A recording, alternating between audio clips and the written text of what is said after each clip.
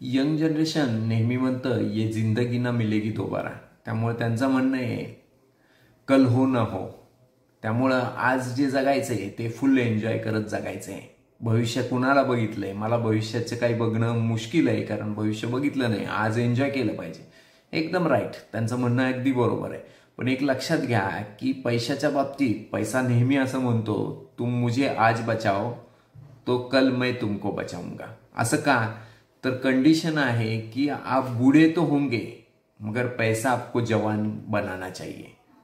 म्हणजे काय की ज्यावेळी आपण म्हातारा व्हायला लागतो त्यावेळी आपली एनर्जी कमी होते, पण ज्यावेळी पैसा जवान असतो त्यावेळी त्याची एनर्जी जास्त असते. म्हणजे आता आपल्याकडे पैसा कमी आहे, भविष्यामध्ये पैसा जास्त वाढणार आहे ज्यावेळी म्हातारी होणार आहे त्यावेळी. रिझन हे की बुढा आणि गरीब, म्हणजे म्हातारा आणि गरीब ज्यावेळी होईल त्यावेळी त्याच्याकडे जर पैसा नसेल तर त्याच्याजवळ कोणीही येऊन बसणार नाही आणि ते आपण अफोर्ड नाही करू शकत. त्यामुळं म्हातारा ज्यावेळी होऊ त्यावेळी आपण गरीब नाही राहिलं पाहिजे, थोडंसं तरी श्रीमंत राहायला पाहिजे. कारण तिथनं पुढं आपल्याला 20 वर्ष 25 वर्ष आहेत की ज्या 20-25 वर्षामध्ये आपण समाजामध्ये मिक्सअप होऊ शकत नाही शारीरिक क्षमतेमुळं, किंवा त्या काळामध्ये आपण पैसे कमवू शकत नाही, आपला फायदा लोकांना काही होत नाही. तर त्यावेळी आपल्याकडे पैसा असेल तरच गरीब श्रीमंत आणि म्हातारा याच्याकडे लोक येतील, नाहीतर नाही येणार. त्यामुळं you can afford poor at young. तुम्ही ज्यावेळी यंग असाल त्यावेळी तुम्ही अफोर्ड करू शकताय गरीब राहणं, पण you can't afford poor at end.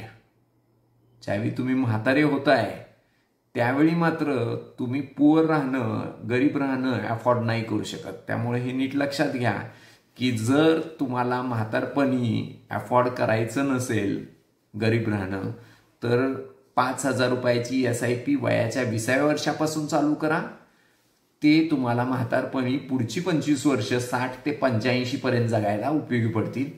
पण जर तुम्ही ते आत्ता नाही केलं तर तुम्हाला 50व्या वर्षी ही मी जे बोलतोय ते रिअलाइज होईल. पण त्यावेळी तुम्ही अडचण अशी येईल की जे 5,000च्या SIP मध्ये होऊ शकतं त्यावेळी यदा कदाचित लाखभर रुपये दर महिन्याची SIP केली तरी तुम्हाला ते करता येणार नाही. त्यामुळं स्टार्ट अर्ली हे एक जास्त इम्पॉर्टंट आहे. आणि दुसरी महत्वाची गोष्ट आहे की थोडंसं दोन्ही गोष्टीचा बॅलन्स साधा. मी म्हणत नाही की जिंदगी ना मिलेगी दोबारा असं नका करू, पण हे नीट लक्षात घ्या की प्रोबॅबिलिटी आणि पॉसिबिलिटीवर विचार करा.